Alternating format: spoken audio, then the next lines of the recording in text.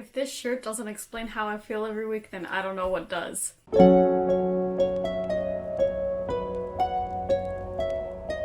Hello, and welcome back to my channel. Today we're going to be talking about the first 3 episodes of Falcon and the Winter Soldier. But before we get started, make sure to like, comment, and subscribe, and turn on the bell if you want to be notified each time I post a video. And you can also follow me on Instagram and TikTok, and that will be linked down below. Alright, let's get started. Fair warning, if you're watching this, there will be lots of spoilers. Alright, so first episode, my mind was absolutely all over the place for this. For context, I'm going to read you the text I sent to Heather to show you how much of a mess I was after watching it. To my parents, I'm sorry if you're seeing this, okay? My mind is all over the place with this episode. I'm very upset Bucky wasn't in it as much as Sam. Also, fuck his therapist, she's a bitch. And the girl he went on a date with, like, take a hint, he obviously didn't want to talk about that shit. I was also upset that Bucky wasn't at Cap's funeral thing or whatever was at the museum. Very happy Rhodey was there though. And fuck new Cap, he could go to hell. I also wanted to cry when I realized he killed Yuri's son. Okay, I think I'm done now. I'm just upset they haven't met up yet. And then she said, oh my god, I love your reaction. I knew you were gonna say something about the girl on the date. And then we went on to talk about Bucky's Tinder account. But yeah, I mean, like, so much happened and it's just like a lot to go through. Okay, so I had already mentally prepared myself for seeing Bucky's Nightmare because it was released as an exclusive clip the day before the first episode dropped. Just the only thing we didn't see was him actually killing Yuri's son. And I'm not sure if this was something else that everybody picked up on, but you could see Bucky's shadow on the ceiling before he goes to kill everyone. And then once he's like sitting in the bar with Yuri and Yuri's talking about his son, you can just see on Bucky's face like that he's at fault. I was like, I started crying. I like, oh god, it hurt so much. But then Yuri tells that waitress girl, or I don't even know if they gave her a name, to like go on a date with Bucky, and I was like, oh my god, please no. But like as the date goes on, you can kind of tell that Bucky didn't want to be there. Like they're playing battleships and everything. Like first of all, she brings battleships and I'm like, really? This is not gonna go well. Anyway, like I said, you could tell he doesn't want to be there because one, he's not playing correctly. He has all his ships still on the side. He's not putting them out and he's just drinking to get the date over with because he also can't get drunk like Steve. And then she made him even more uncomfortable by talking about Yuri and his son. And I'm like, I know it's not her fault, she doesn't know, but like, feel out the room, just stop. Anyway, let's talk about Sam now. So we first see Sam giving the shield to the government to put in the museum. And then he goes and sees his sister and his nephews. His nephews are so cute, by the way. They're a little awkward, but they're so cute. But the scene at the very beginning of the episode when Sam's on his mission and he's like talking on the headset to Torres and like Torres jumping around all happy at the end. Oh, Torres, the man we all thought we'd be simping for. And then he goes and gets his ass beat by a whole bunch of super soldiers, which are the flag smashers. And like after he gets his ass handed to him, he takes a picture, sends it to Sam. He's like posing for the selfie, like, why are you doing that? And then at the very end, we are introduced to the new Cap, which nobody took a liking to. And then that leads right into episode 2. Before I get into episode 2, I just want to make one thing clear. I don't like John Walker. That does not mean I don't like Wyatt Russell. They're two completely separate people. A lot of people have been sending hate to Wyatt Russell, which is not okay. He's playing a character, it's not the same thing. If you hate on a character, it means the actor is doing a really good job and you should appreciate them for it. The same goes with the actress that plays Umbridge. Everyone hates that character, but I think that woman, I don't know how to pronounce her name, so I'll just put it right here, but that woman has all of my respect. I love so many other movies that she's done, and she deserves a lot more respect than what she gets. Alright, so John Walker, we see more of him at the beginning of episode 2, and like his whole resume and everything, why he is the new Captain America. It made me like a little happier that he knew how to use the shields, but then like throughout the episode we see how much disrespect he gives to Bucky and Sam, which is not okay. Like, who gave you the right to call him Bucky? Ugh. And then he has the audacity to say, "Stay the hell out of my way." Like, do you see who you are talking to? Oh my god. But of course, seeing the new Cap on TV is the reason we get to see Bucky and Sam finally reunite. And then it leads to the iconic line about androids, aliens, and wizards, and Bucky reading The Hobbit in 1937. Okay, so here's my little take on Sam saying that sorcerers are wizards without hats. I'm gonna switch it a little bit and say sorcerers are wizards without wands. I mean, me being a Harry Potter person, I gotta have my own opinion on that, but I feel like wands kind of make more sense. Because, I mean, Harry Potter, they're supposed to wear their school hats, but they don't. I don't know why.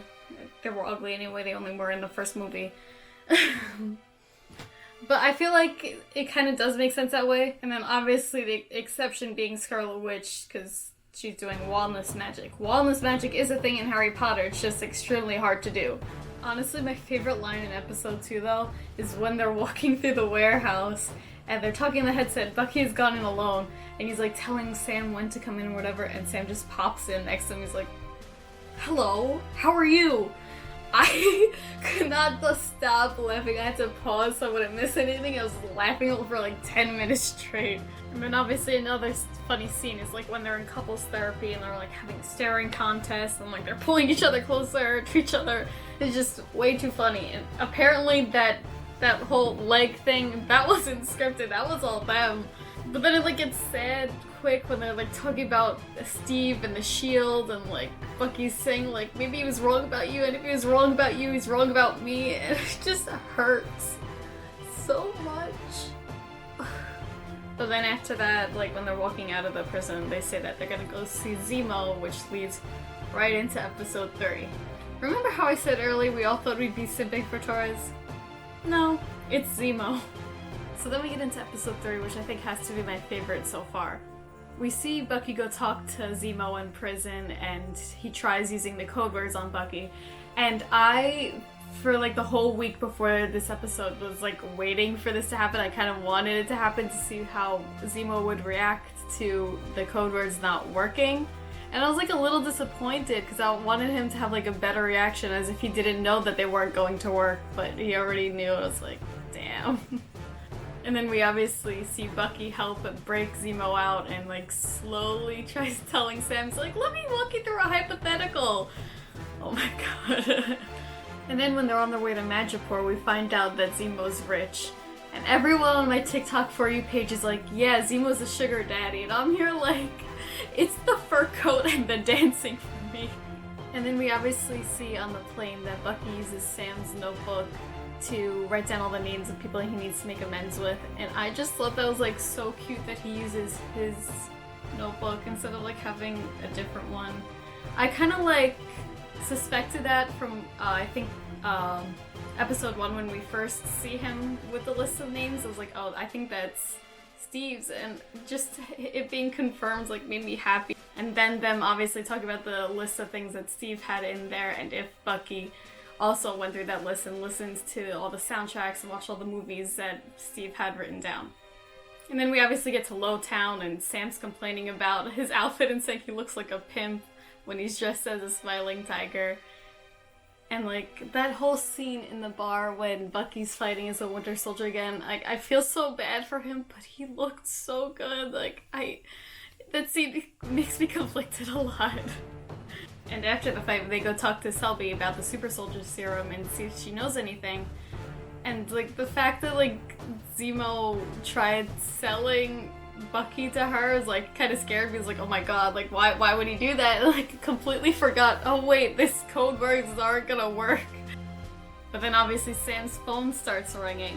I know it's on like vibrate and everything, but like, and it's a TV show, but like why does it gotta be so loud and everything? And like, if Sarah didn't say his name at all, I think they would have been fine. But then again, would Bucky be sold to Selby or anything? Who knows? And then we see Sharon reintroduced when she shoots Selby through the window and saved their asses from a whole bunch of bounty hunters. She goes on to tell Sam and Bucky that she can't set foot back in the United States, but I think she doesn't want to.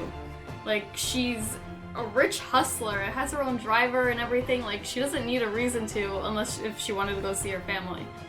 I've also seen people on TikTok saying that maybe she's the power broker, and I kind of agree with it, but I'm like, why would she need anything to do with the super soldier serum? And then obviously they go to Sharon's party, they're having fun, Sam looks great in his turtleneck, Zemo's doing his little dance, and she's running around trying to find information on Dr. Nagel, who's the guy who recreated the super soldier serum. And when they do find him, they go to see him in his lab that's hidden in a whole bunch of shipping containers, which overall is kind of creepy. But like, this guy in general is just creepy to me, like the way he was speaking and just like everything about him just kind of creeped me out. And obviously when the three guys are going to talk to him, Sharon's outside, again fighting more bounty hunters to save their asses. But after all the fighting is done, we get an amazing callback to Civil War when Sam and Bucky are in the car. Can you move your seat up? No. You know, he kind of tried to kill me. You're not gonna move your seat up, are you? No. Amazing, I love it. And then at the very end of the episode, we see Carly blow up one of the GRC buildings, and there's this little interaction before she does that when she's talking to, I think, a GRC security guard or something, and he calls her a filthy flag smasher, and it just kind of like gave me Draco vibes when Draco calls Hermione like a filthy mudblood, and I was like, ow, that kind of hurts. Like, I know we're not supposed to like the flag smashers, but that kind of like hurt a little bit. But yeah, I think that's all I have for this video. I really did enjoy these first 3 episodes, and I can't wait for the next 3. Kind of a little sad that it's only 6, but hey, I'll take what I could get. Make sure to like, comment, and subscribe. And before I head out, I think I'll end with a Sebastian Stan quote. Love pistachios. Cashews are my favorite though. Bye guys.